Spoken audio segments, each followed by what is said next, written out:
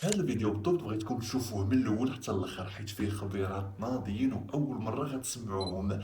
رئيس الجامعه الملكيه المغربيه فوزي قجع يثور في وجه موتسيبي بعد رداءة مستوى الفندق المحجوز لبعثه المنتخب المغربي في كاس افريقيا المرتقبه يناير المقبل.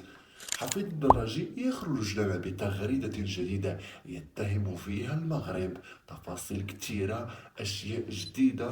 على المباشر وفي أحد الاستوديوهات هناك بالجزائر أحد المحللين يقول: كنا نشتري اللاعبين من أجل أن ينضموا إلى بعثة المنتخب الجزائري ويقبلوا باللاعبين معنا. هذا الشيء اللي كتسمعوه مشاهدينا متابعينا ليست عناوين لجذبكم ولجذب المشاهدات، وإنما هي حقائق واقعة. إذا البداية مشاهدينا غتكون مع السيد فوزي قجع رئيس الجامعة الملكية المغربية، الذي لم يرضى ولم يعجبه الفندق المحجوز لبعثة المنتخب المغربي اللي غتشارك في كأس أفريقيا المقبلة بعون الله هناك في الكوت ديفوار. الفندق طبيعة الحال اللي حجزته الكاف للمنتخب المغربي كان رديء المستوى، وفوزي قجع يعني حسب المصادر فراسل موتسيبو قال له بأنه خصو ضروري يبدل داك الفندق. راه هذا رابع عالم يا سيدي، والمنتخب المغربي هو اكبر حاجز واكبر حافز للمسوقين في الكاس الافريقيه. الى ما قلناش بان المنتخب المغربي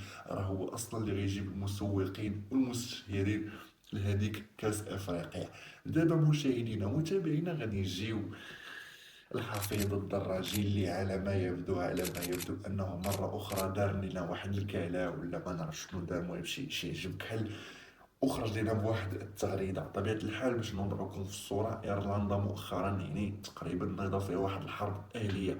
السبب شنو؟ السبب ديال الجزائري. نعم اعزائنا المشاهدين، شنو طاري وانه واحد الجزائري، هادشي كنقول لكم حسب الصحف العالميه وحسب يعني مصادر عالميه. واحد الجزائري قام بطعن وثلاث اطفال ديالها امام احدى المدارس هناك بايرلندا. والسبب كما جاء يعني في عدة مصادر هو أنه يعني انتصارا لأهلنا في فلسطين. ولكن المهم هادشي كما كنقول لكم جا في مصادر عالمية ديال الصحف عالمية. السيد الدراجي خرج لنا بتغريدة غريبة وعجيبة يتهم فيها أن هذاك السيد راه ماشي جزائري، راه هو مغربي. يعني مشاهدينا ما تستغربوش، هادشي راه ما كيطراش لاول مره. نشوفوا التغريده كاملين. اندلاع اعمال عنف وشغب في العاصمه الايرلنديه دبلن على خلفيه قيام مهاجر قيل عنه مغاربي. اول شيء انت كرياضي، انت كمعلق رياضي، اش جابك الحادثه بحال هادي؟ ولا غير سمعتي جزائري خاصك تخشي راسك؟ لا حول ولا قوه الا بالله. اذا مشاهدينا يعني المهم ما تديوش على تعرجي، راه مره كيهرب ليه الفريق. اما الان اعزائنا المشاهدين غادي ندوزو لاحد الاستوديوهات الجزائريه، وطريقه انهم اعترفوا يعني على المباشر بانهم يدفعون اموال للاعبين يعني ممارسين في دوريات اوروبيه باش انهم يقبلوا يجيو يلعبوا مع المنتخب الجزائري. في المقابل لاعبين مغاربه عالميين بعد الانجاز ديال قطر ولاو كيسعوا ويرغبوا انهم يلعبوا في المنتخب المغربي. بلا ما نطولوا نشوفوا الاستوديو. كنا نشريو اللاعبين، كنا نجيبوا اللاعبين. عيب نقولها بصح نقولها، كنا نشريو اللاعبين باش هذيك قضيه تاع اللاعبين كانوا يشروهم حقيقه نتاع مفاوضات جرات انذاك بين رئيس الاتحاديه ولاعب مغترب، وقال له تعطوني الدراهم باش نجي نلعب في المنتخب الوطني. مفاوضات بينه وبين رئيس الاتحاديه. اليوم كنا نتحدثوا نقولوا اللاعبين في الوقت فات داو دراهم. اعطيني لاعب واحد جبناه من برا وما داش دراهم. كاليفا ولا كوب دافريك الكاميرون داو 62 مليار دراهم. ادى دراهم، انا نعرف دراهم، ادى دراهم. تكاليفا شوف الاخرين لعب بدا، هذا لعب بدا، ما كاش حاجه اخرى. شوف هذه تاع تقول لي القانون الجزائري يمنع منع باتا، والماده نجيبها لك الاسبوع القادم ان شاء الله باش يفهم الجمهور نروحوا برك بالعقل. باش انا نتحمل المسؤوليه ونزيد ناكدها لك باللي في وقت مضى كانوا لاعبين يديو دي كونطرا بوبليسيتير ويديو بالعمله صعبه. درك نوليو لهذه لا ديفيرونس اللي كانت ياك باش واحد ما يكلخ لك. انت كي تجي تلعب في الفريق الوطني واش من الباسبور تحط؟ الجزائري. ما عندكش الضروره تحط باسبور فرنسي وتلعب في الجزائر. ريزيدونس ريزيدي ليه؟ بس خليه يكمل. خليني الجمهور هو اللي يحكم. روح. انا نقول لك اللاعب الفريق الوطني عنده 22 لاعب لي باسبور كاع الجيريان هكذا. انت لي نيميرو دو باسبور في لي ليسونس هكذا في لا فاي دو ماتش، ومن بعد لا فاي دو ماتش هذيك ولا ربحنا بور اون ريكومبونس تروح لا كونطابيليتي تاع لا فيديراسيون. كيفاش واحد تعطي له الدوفيز وواحد تعطي له ديلار كاع باسبور الجيريان.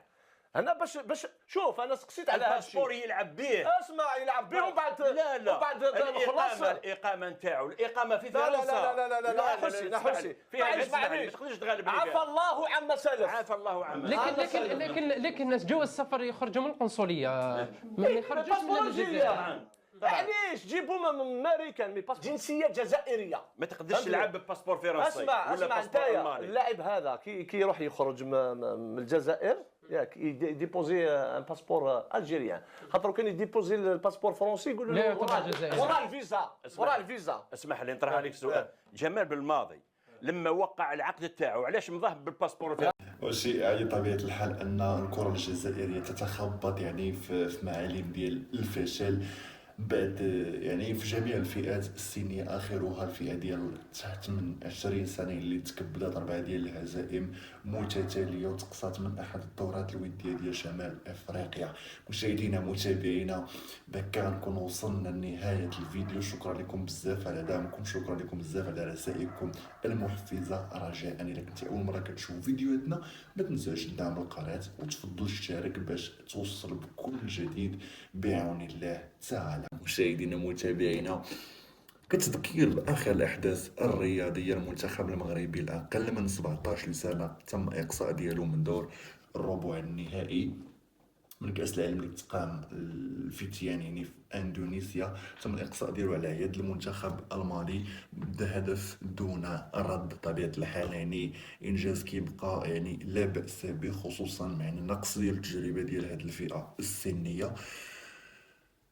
شكون فيكم اللي كيتسنى يعني فارغ الصبر كاس افريقيا للكبار؟ بغينا فعلا، عندنا واحد الطموح كبير فعلا اننا نشوفوا المنتخب المغربي في كاس افريقيا ونشوفوا يعني الانجاز كيفاش غادي يكون، ونشوفوا صراحة يعني كيفاش المنتخب المغربي ديك الصورة الحقيقية اللي غادي يظهر بها، حيث المباريات الودية فعلا ما عمرك كتعطي لك يعني الصورة الحقيقية ديال الأداء ديال المنتخب ولا التكتيك ديال المدرب. وطبيعة الحال يعني هذا داخل يعني بشكل كبير يعني في التكتيك ديال المدرب الركراكي اللي كنعرفوه انه ما كيحاولش يعطي الاوراق ديالو يبينهم للخصوم ديالو. مشاهدينا متابعينا نتمنى تكونوا استمتعتوا معنا في هذا الفيديو. تلاقاو غدا بعون الله فيديوهات جداد.